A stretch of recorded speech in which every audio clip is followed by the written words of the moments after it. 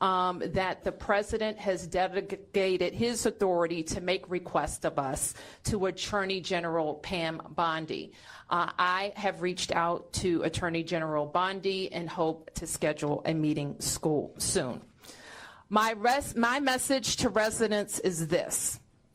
We know that access to our democracy is tenuous. That is why you have heard me and many Washingtonians before me advocate for full statehood for the District of Columbia. We are American citizens. Our families go to war. We pay taxes and we uphold the responsibilities of citizenship. And while this action today is unsettling and unprecedented, I can't say that given some of the rhetoric of the past that we're totally surprised. I can say to DC residents that we will continue to operate our government in a way that makes you proud. We will balance our budgets. We will deploy our services. Our kids are going to start school on August 25th. And we will work with the federal government to do the things that they should do for our city, including making sure that we have the judges that we need, including making sure that all federal parks are supported, not just with law enforcement, but with other clean and safe activities, and including making sure that our economy is supported by rational federal actions as it relates to the federal workforce, federal workers, and federal property in the District of Columbia.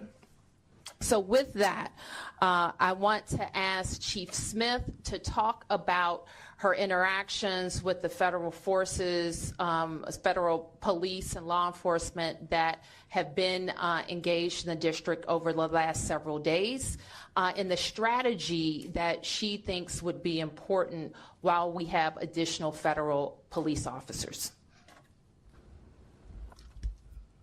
Thank you, Madam Mayor. I'm Pamela Smith, the Chief of Police of the Metropolitan Police Department. And as the Mayor stated, you know, we have a responsibility to support the executive order. And one of the roles that I have is to ensure that we work very collaboratively with our federal partners. I know that most of us know in this room, and those of you that are watching on television, that the efforts of the federal law enforcement officers began in our city on Thursday night. I met with the director of the U.S. Marshal, who has been at that point overseeing the operational component of how the federal resources will be allocated and deployed around our city. With that conversation, it was very, very important for me to ensure that not only do we work collaboratively with our federal partners, but we offer up areas across our city where we can work with them in areas where we know that we want to reduce crime. And so that was the effort on yesterday. We spent roughly about an hour just kind of planning and talking through what that's going to look like. On the heels of the announcement from the president today regarding the executive order, and my directive from the mayor is that we will begin more intense planning efforts after I leave this press conference.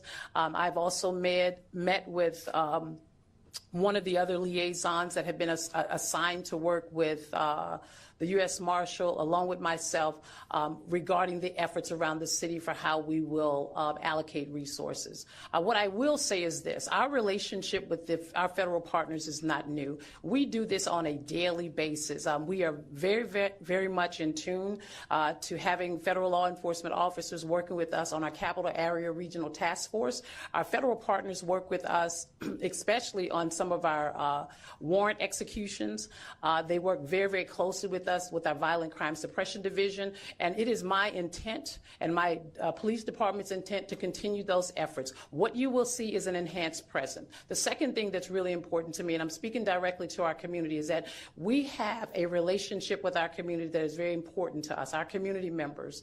And so having our Metropolitan Police Department working alongside of our federal partners who have come into the city to really help us assess and deal with the crime, that some of the crime spikes that we have. We will work alongside them, but intentionally, we want to make sure that our community understands that we are there. We're going to be boots on the ground. If you see something, again, say something. We value those relationships. Our community members, and I want to say thank you for all the work that you've done with the Metropolitan Police Department up to this point. Those relationships are very, very important to us, and we want to continue to build upon that and continue to enhance that. I'll turn it back over to Mayor Bowser now. Okay, we'll take a few questions, and I'm joined by members of my public safety team, including Deputy Mayor Appiah and Chief John Donnelly. Yes, please identify yourself. Mayor Bowser, Campbell Roberts from the New York Times. Do you think this was inevitable, or do you think there are things that the city could have done or the city council would to prevent the mistake from coming?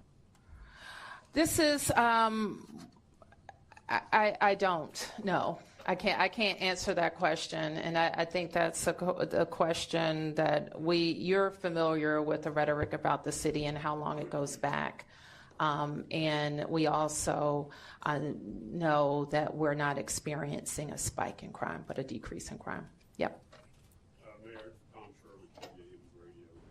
You and the chief are talking about partnerships with federal partners who are coming in. The president is talking about a takeover of the city's police department. Where does the chief fit in with Terry Cole, who's the new federal commissioner of the D.C. Police Department? Nothing about our organizational chart has changed, and nothing in the executive order would indicate otherwise.